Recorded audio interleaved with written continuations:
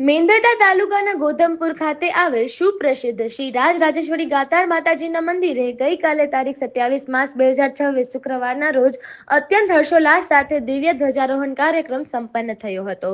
ચૈત્ર સુદ નોમના પવિત્ર દિવસે યોજાયેલા આ ધાર્મિક મહોત્સવમાં શ્રદ્ધાળુઓનું ઘોડાપુર ઉમટી પડ્યું હતું. કાઠી સમાજના વાડા અને કરપડા પરિવારનું ભવ્ય ધ્વજારોહણ કાર્યક્રમ યોજાઈ ગયો હતો. આ કાર્યક્રમનું વિશેષ આયોજન વારા અને કરપડા રાજવંશ દ્વારા કરવામાં આવ્યું હતું.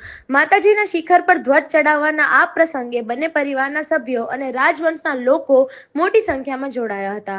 પરંપરાગત વેશભૂષા અને આસ્થા સાથે હજારોની મેદનીએ મા ગાત્રાના દર્શન કરી ધન્યતા અનુભવી હતી. ઘોડા અને હાથીઓ સાથે નીકળી ભવ્ય શોભાયાત્રા. કાર્યક્રમનું મુખ્ય આકર્ષણ રાજવી પરંપરા મુજબ શોભાયાત્રા રહી હતી. આ પ્રસંગે ખાસ હાથી અને શણગારેલા અશ્વ લાવવામાં આવ્યા હતા, જેણે આ મહોત્સવની શોભામાં અભિવૃદ્ધિ કરી હતી. વાજતે ગાજતે નીકળેલી આ યાત્રામાં યુવાનો સાથે વડીલો માતાજીના જયઘોષ સાથે જોડાયા હતા. ધાર્મિક કાર્યક્રમોની રૂપરેખા જોવા જઈએ તો દિવસની શરૂઆત સવારે 8 કલાકે ધ્વજાના પૂજન સાથે થઈ હતી. ત્યારબાદ 9 કલાકે માતાજીના ડુંગરની પ્રદક્ષિણા કરવામાં આવી હતી.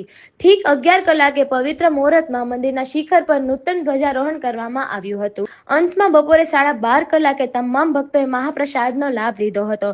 સમગ્ર ગોધમપુર પંથક ગઈકાલે જય શ્રી ગાતારના નાદથી ગુંજી ઉઠ્યું હતું અને આયોજકો દ્વારા કાર્યક્રમને સફળ બનાવવા માટે જહેમત ઉઠાવવામાં આવી હતી.